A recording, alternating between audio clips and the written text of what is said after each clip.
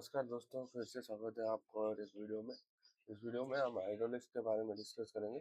पिछले video hydraulics में हम हाइड्रोलिक्स फिल्टर्स के बारे में डिस्कस किए थे। फिल्टर में कौन से कंटामिनेशन कितने टाइप्स के होते हैं उसके बारे में डिस्कस करें। इस वीडियो में हम हाइड्रोलिक टैंक्स के बारे में डिस्कस करेंगे। तो टैंक्स क्या होता है, टैंक्स के डिफरेंट पार्ट्स क्या होते हैं उसके बारे में डिस्कस करेंगे। तो चलिए शुरू करते हैं hydraulics tanks.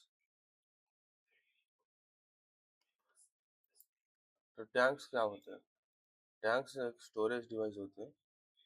Tanks is a storage component for hydraulic oil. Tank होता है क्या, स्टोरेज कंपोनेंट रहता है हाइड्रोलिक ऑयल के लिए। वो क्या करता है, स्पेस प्रोवाइड करता है। It provide space for hydraulic oil.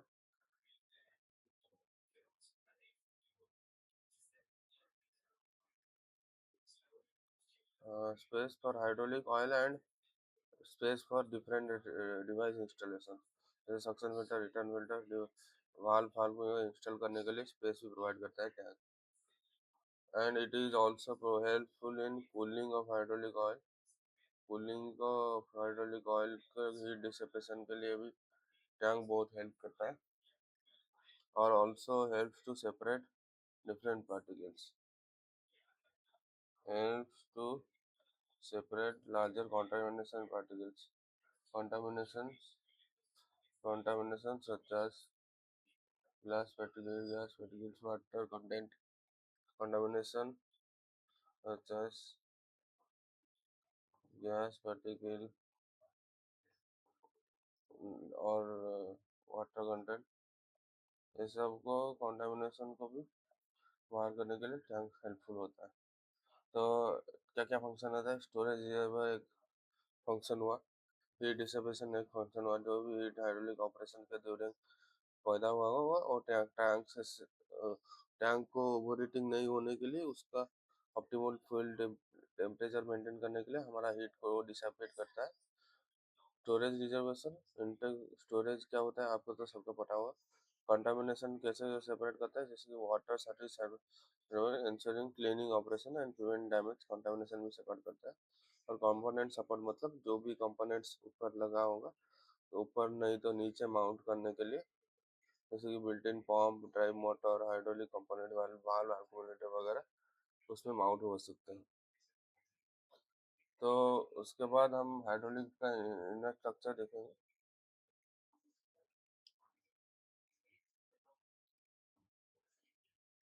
तो इधर इनर कंपोनेंट्स एक एक डिस्कस करेंगे। तो एक हाइड्रोलिक टैंक बना लेते हैं।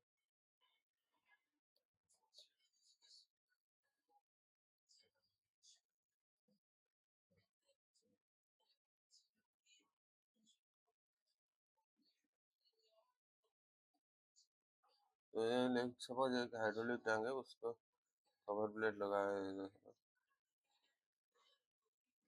कवर प्लेट है। तो ये क्या है, हाइड्रोलिक टैंक का केसिंग है। इसके अंदर क्या लगा हुआ, एक बैफल प्लेट लगा हुआ है, जिसका हाइट 75% ऑफ टैंक का हाइट है और नीचे से पोरस होता है। इसका हम बैफल प्लेट होता है। ये क्या करता है, टैंक का लिक्विड का ये करता है। दो सक्शन होता है, इधर से सक्शन फिल्टर लग के सक्शन लाइन गया इधर से, ये है सक्शन फिल्टर, ये सक्शन लाइन, ये कवर प्लेट जो कवर करता है। तो टायर अगर ज़्यादा बड़ा लंग, और इधर रिटर्न लाइन, इधर रिटर्न फिल्टर होगा और रिटर्न लाइन ऐसे आके 45 डिग्री इधर, ये रिटर्न लाइन है, रिटर्न लाइन। और इधर एयर ब्रीजर लगा है, एयर ब्रीजर,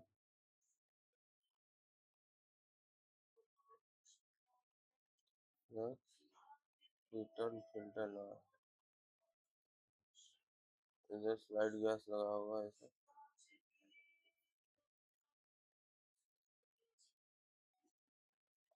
उधर ड्रेन प्लग। तो ग्रेफाइट प्लेट का काम क्या होता है? ग्रेफाइट प्लेट का काम होता है, अगर दो लिक्विड जो सक्शन में यूज होता है और हाइड्रोलिक्स रिटर्न पाइप में जो लिक्विड जाता है उसको सेपरेट करने के लिए, जिसके कि हमारा ग्रेफाइट प्लेट के थ्रू भी हमारा कंटामिनेशंस वगैरह जैसे तो वो भी सेपरेट होने के यूज होते हैं। तो जो भी हमारा टर्बुलेंस क्रिएट होता है टैंक के अंदर, उसको अभी स्टेबलाइज करने के लिए वेफल प्लेट यूज होता है। अगर लिक्विड हमारा ऐसे रहेगा तो टर्बुलेंस होगा तो लिक्विड ऐसे ऐसे मूव कर सकता है, नहीं इधर से इधर मूव कर सकता है, इधर से मूव कर सकता है। उसको सेपरेट करने के लिए, टर्बुलेंस रुकने के लिए लिक्विड में वाटर पर हमारा यूज होता है वेफल प्लेट। और रिटर्न लाइन में हमारा हाइड्रोलिक ऑयल जो रिटर्न आता है वो रिटर्न फिल्टर के थ्रू रिटर्न लाइन में आता है। और स्लाइड गैस में आता है इंडिकेटर होता है, ये इंडिकेटर तो स्लो द ऑयल लेवल दिखाने के लिए एक इंडिकेटर है। केसिंग का केसिंग होता है, तो टैंक का केसिंग कवर होता है। Drain block to drain out to hole oil, to drain out hole oil. Oil पूरा टैंक से निकालने के लिए ड्रेन प्लग का जरूरत होता है। तो ड्रेन प्लग के बारे में डिस्कस कर। तो ऑयल जब रहता है टैंक में उसमें गैसेस वगैरह बनते हैं, जब ऑयल निकलता है तब वैक्यूम क्रिएट होता है, उसको बैलेंस करने के लिए एयर को नीचे अंदर भेजने के लिए एयर ब्रेजर का यूज हुआ है। तो एयर ब्रीदर का काम आप बोलेंगे। कभी कभी टाई रॉड्स भी लगते हैं टैंक के अंदर, एक वाल से दूसरे वाल, अगर टैंक का लंबा साइज होगा उसमें टाई रॉड्स भी लगते हैं, उसको टाई रॉड्स बोलते हैं। तो छोटा टैंक किया हो तो इसमें टाई रॉड्स नहीं लगेगा, तो टाई रॉड्स भी लगते हैं कभी कभी। बैफल प्लेट का काम आपको समझ में आया? टर्बुलेंस वगैरह रोकने के लिए रिटर्न लाइन और सक्शन लाइन का फिल्टर चेंज करने, मतलब उसका लिक्विड सेपरेट करने के लिए और कंटामिनेशन वगैरह सेपरेट करने के लिए। और रिटर्न इधर इधर रिटर्न लाइन 45 डिग्री ऐसे क्यों है? क्योंकि हमारा वाल्व का टाइप प्रेशर हमारा सक्शन के साइड प्रेशर नहीं होने के लिए, और ज़्यादा सरफेस एरिया से कम प्रेशर से निकलेगा तो हमारा कंटामिनेशन वगैरह डिस्टर्ब नहीं होगा। तो इसलिए रिटर्न लाइन का जो ये है 45 डिग्री एंगल में रखा गया है। तो baffle plate inlet return line 45 degree में क्यों कट किया गया? मैग्नेटिक ड्राउन प्लग और आयरन प्रैक्टिकल कनेक्शन, डेनफॉग मैग्नेटिक होना चाहिए, उसमें आयरन कर दिया। एयर ब्रीदर, साइड ग्लासेस और रिटर्न फिल्टर, टंग कवर, शिफ्टेड सीट कनेक्शन, ये सब चीज़ देखें हम। बैफल प्लेट का क्रिटिकल रोल क्या होता है? टर्बुलेंस को रोकने के लिए, टर्बुलेंस जो इनलेट रिटर्न लाइन के जो टर्बुलेंस होता है उसका रहते हैं। मेटल सेटलमेंट के लिए फॉरेन पार्टिकल को बॉटम में सेटल करके स्ट्रेटेजिक पोजीशन के हिसाब से हमारा बैफल प्लेट सेटल कर देता है।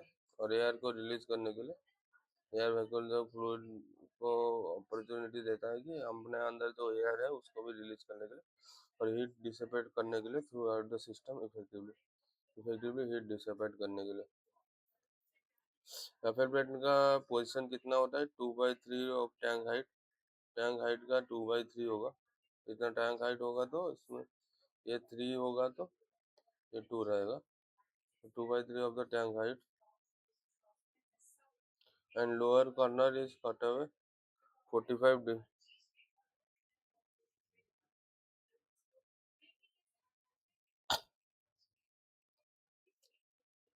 लोअर में कट आउट होगा जो कि 45 डिग्री में होगा, जो कि प्रॉपर सर्कुलेशन मेंटेन करने के लिए लोअर में एक होल होगा, उसको इधर एक होल होगा 45 डिग्री का, थोड़ा ऊपर होगा, जिसमें हमारा फ्लूइड सर्कुलेट कर सकता है। तो टैंक कैपेसिटी भी हमारा क्या है, मेंटेन करना चाहिए। टैंक में कितना कैपेसिटी तक मेंटेन करना चाहिए? Up to 75% of the tank. Tank का कैपेसिटी कैसे डिसाइड करते हैं उसके बारे में डिस्कस करें। मेनली हाइड्रोल टैंक का कैपेसिटी कैसे डिसाइड करते हैं हम देखते हैं।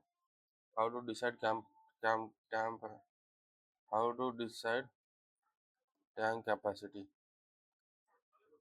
टैंक कैपेसिटी डिसाइड करने के लिए हमको हाइड्रोलिक सिस्टम में कितना नीड चाहिए नीड ऑफ हाइड्रोलिक सिस्टम उसको डिस्कस करेंगे पहले, कितना हाइड्रोलिक सिस्टम का नीड है। वो किससे डिफर करेगा, number of pumps and discharge rate इसके ऊपर डिपेंड करेगा। तो सिस्टम, अगर system open loop open system हो, जब अगर ऑयल एक्चुएटर को जाके ऑयल टैंक से ऑयल टैंक से एक्चुएटर जाके फिर से टैंक को वापस आ रहा होगा,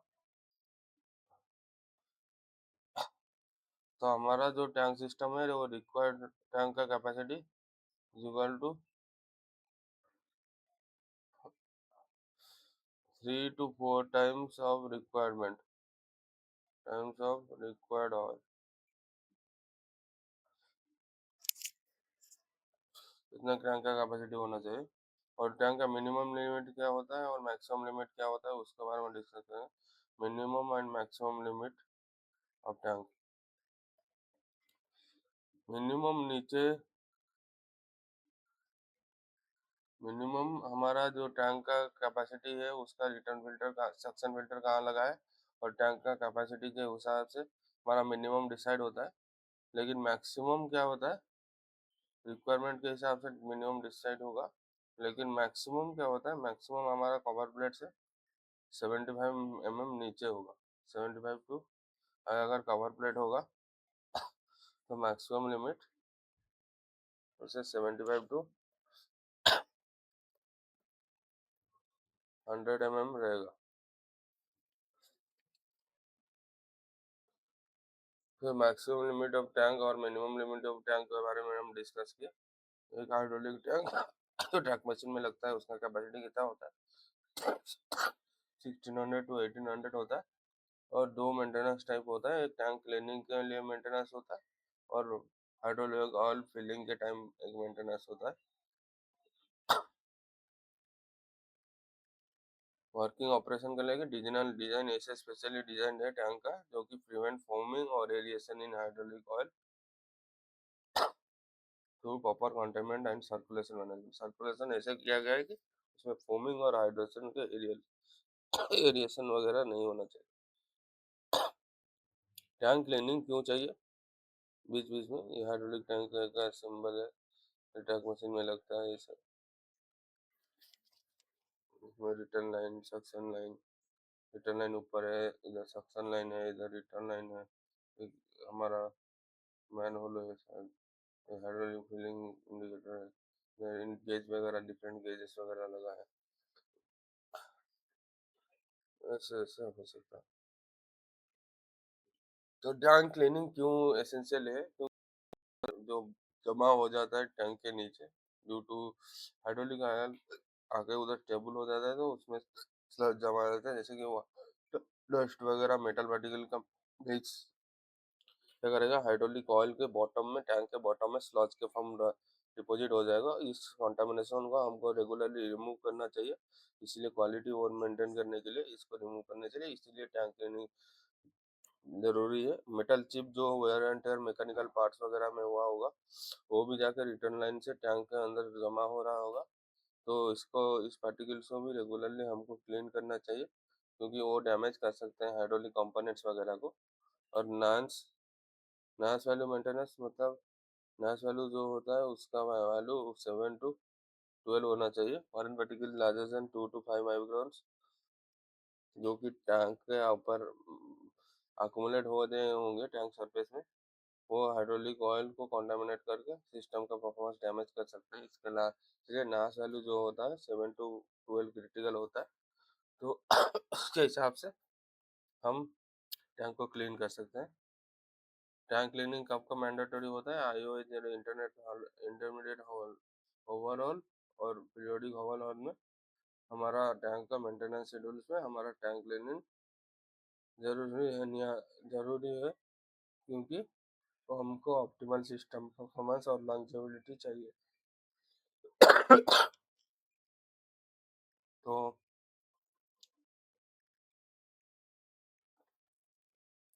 हमारा ऑयल कैसे फास्ट क्लीनिंग का मेथोडोलॉजी क्या है? नंबर 1 है ऑयल ड्रेनेज। ऑयल को अनलोड करना चाहिए ड्रेनिंग और पंपिंग के थ्रू, पोटा फिल्टर के थ्रू अनलोड करना चाहिए, और मिनिमम जब 50 स्लज बॉटम स्लज रहेगा देन ड्रेन स्लज ऑयल को मिक्स करके उसको सेपरेट अनलोड करना चाहिए, उसमें सॉल्ट पार्टिकल वगैरह सब चला जाएगा।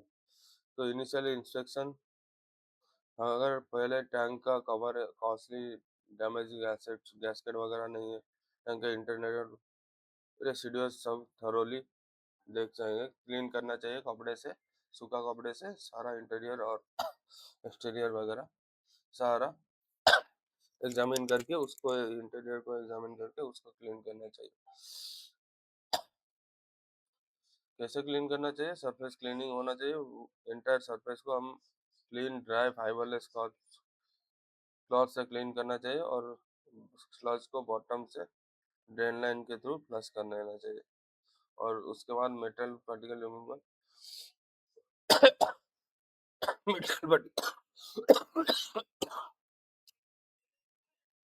मेटल पार्टिकल्स वगैरह अगर रहेगा, कोई रह गया होगा अंदर, उसको भी हम और डैमेज कर सकता है डिफरेंट कंपोनेंट्स को, तो उसको भी रिमूव करेंगे। उसके बाद केमिकली वॉश करेंगे कॉस्टिक सोडा और डिटर्जेंट पाउडर से, डीप क्लीनिंग करके सारा इंटरनल सरफेस को केमिकली वॉश करेंगे। उसके बाद सारा कंप्लीट सबको फ्लश कर देंगे, तो वो कम्प्लीटली फ्लश करेंगे वाटर देके, तो क्योंकि कॉस्टिक सोडा और डिटर्जेंट का कोई पार्टिकल्स नहीं रह सकते, और अगर रह जाएंगे तो वो फोमिंग वगैरह और ऑयल की विस्कोसिटी को अफेक्ट करेंगे। तो फाइनल असेंबली कैसे करें? कंपोनेंट रिप्लेसमेंट जो गई, हमारा फिल्टर फिल्टर चेंज होना चाहिए, उसको हम एयर ब्रीदर वगैरह के सब क्लीनिंग करेंगे। उसके बाद फाइनल इंटरनल क्लीनिंग करेंगे, उसको नेचुरली ड्राई होने देंगे। उसके बाद सफिशिएंट लाइट में सारा चीज करेंगे, लाइट के थ्रू हम एग्जामिन कर सकते हैं, मतलब अंधेरा नहीं होना चाहिए क्लीनिंग की जगह में। उसके बाद गैस्केट का इंस्पेक्शन, टॉप का गैस्केट लगाया, उसका डैमेज हुआ कि नहीं उसको देखेंगे, अगर सिंगल गैस्केट लगाना चाहिए डायरेक्ट, और कवर को भी हम प्रॉपरली क्लीन करेंगे बिफोर रिप्लेसमेंट। उसके बाद कवर को इंस्टॉल कर लेंगे सर्विसेबल बोल्ट के थ्रू, प्रॉपर सील और एयर एंट्री का नहीं होना चाहिए जिससे। ये जो टैंक क्लीनिंग का ऑपरेशन था, सब इतना मेथड से हम कर सकते हैं टैंक क्लीनिंग। तो हाइड्रोलिक फिलिंग का जो ऑपरेशन है उसमें कैसे कैसे चाहिए, उससे हमारा जो सूटेबल पंप चाहिए उसके लिए हाइड्रोलिक फिलिंग के लिए वो यूज़ करेंगे, और 10 माइक्रोन का एक पोटा फिल्टर मीडिया यूज़ करेंगे, जो कि यूज ऑयल और नहीं तो न्यू ऑयल को भी के लिए स्पेशली यूज ऑयल और ओल्ड ऑयल के लिए यूज़ करेंगे, नहीं तो न्यू ऑयल को भी हम पोटा फिल्टर के थ्रू फिल्टर यूज़ करते हैं। टैंक का ड्राइनेस और क्लीनिंगनेस फिलिंग के पहले हम इंस्पेक्ट करेंगे, और डमी प्लग्स वगैरह टेफन प्लेट्स सेंसर में सेंसर्स और डमी प्लग्स को हम टेफन प्लेट और इलेक्ट्रॉन सिलेंडर टू कवर करेंगे।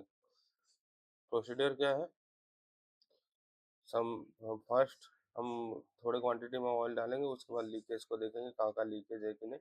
उसके बाद हम 25% क्वान्टिटी का चेक डालेंगे, उसके बाद फिल्टर्स और जॉइंट को माइन्यूटली चेक करेंगे अगर कोई लीकेज है कि नहीं, और फिल्टर वगैरह ठीक से काम कर रहे हैं कि नहीं, और जो अगर कोई डिफिशियंसी रहा तो को फिर बैलेंस ऑयल फिल करने से पहले उसको ठीक करेंगे, और filling oil leaving for 4 inch का जो गैप हम छोड़ना चाहिए टॉप से, क्योंकि वो प्रेशर बिल्डअप जो होता है उसको बैलेंस आउट करने के लिए, और उसके बाद इनलेट कवर को हम प्रॉपरली क्लोज करेंगे। ये सब था टैंक का रिफिलिंग का जो टाइम क्या क्या ज़रूरत है। उसके बाद हम क्रिटिकल सेफ्टीज वगैरह देखेंगे, क्या क्या टैंक का सेफ्टी स्टैंडर्ड्स वगैरह क्या क्या है, उसमें 4 इंच गैप क्या होना चाहिए, और फिल्टर मीडिया स्टैंडर्ड्स क्या क्या होना चाहिए। जो फिल्टर मीडिया जो पोटा फिल्टर यूज होगा वो कितने माइक्रोन का, 10 माइक्रोन का होना चाहिए। उसका जो फिलिंग ऑपरेशन में हमारा नासा 7 to 12 उसका कॉन्टामिनेशन को रोकने के लिए। और इंस्पेक्शन प्रोटोकॉल जो मेन होता है 25% फिलने के बाद फिल्टर वगैरह चेक करने के लिए पूरा सही है कि नहीं टैंक वगैरह, उसके बाद फिल करेंगे। ये तो 3 मेन क्रिटिकल सेफ्टी और क्वालिटी स्टैंडर्ड्स था जब हम ऑयल फिल करेंगे तब ये चीज़ें होंगी। तो इस वीडियो में हम हाइड्रोलिक टैंक्स के बारे में डिटेल्स में डिस्कस करें। हाइड्रोलिक टैंक्स क्या होता है, उसमें कंपोनेंट्स वगैरह क्या लगता है, उसका फंक्शंस क्या होता है और उसमें ऑयल कैसे हम फिल करेंगे और टैंक को हम कैसे क्लीन करेंगे उसके बारे में डिस्कस करेंगे। टैंक को क्लीन करना क्यों ज़रूरी है, टैंक का क्लीनिंग का प्रोसेस क्या होता है उसके बारे में डिस्कस किया। उसके बाद हाइड्रोलिक ऑयल को फिल करने के लिए क्या क्या ज़रूरत है, जो पोटा फिल्टर होता है उसका जो इधर लिखा है पोटा फिल्टर क्यों ज़रूरत है, क्या क्या पोटा फिल्टर में क्या करता है, उसके बाद हम जो क्रिटिकल सेफ्टी फीचर्स चाहिए रिफिलिंग के टाइम वो भी देखें। तो आज के वीडियो में ले इतना ही। हम हाइड्रोलिक टैंक के बारे में डिस्कस करेंगे, मिलते हैं नेक्स्ट वीडियो में हम हाइड्रोलिक सील्स के बारे में। उसके बाद हम पंप शुरू कर देंगे। उसके बाद पंप्स में डिफरेंट टाइप्स ऑफ पंप जो ये ट्रक मशीन में यूज होते हैं उसके बाद डिस्कस करेंगे। पंप्स में फिक्स डिस्प्लेसमेंट क्या होता है, वेरिएबल डिस्प्लेसमेंट क्या होता है, डिस्चार्ज क्या होता है, डिस्प्लेसमेंट क्या होता है। तो हम डिफरेंट पंप्स के बारे में भी डिस्कस करेंगे नेक्स्ट वीडियो में। तो आज के वीडियो ले इतना ही, मिलते हैं नेक्स्ट वीडियो में पंप्स के साथ, हाइड्रोलिक पंप्स के साथ, और सील्स भी एक वीडियो में डिस्कस कर लेंगे। तो मिलते हैं नेक्स्ट वीडियो में। आज के वीडियो में इतना ही। जय हिंद, जय भारत, जय श्री राम।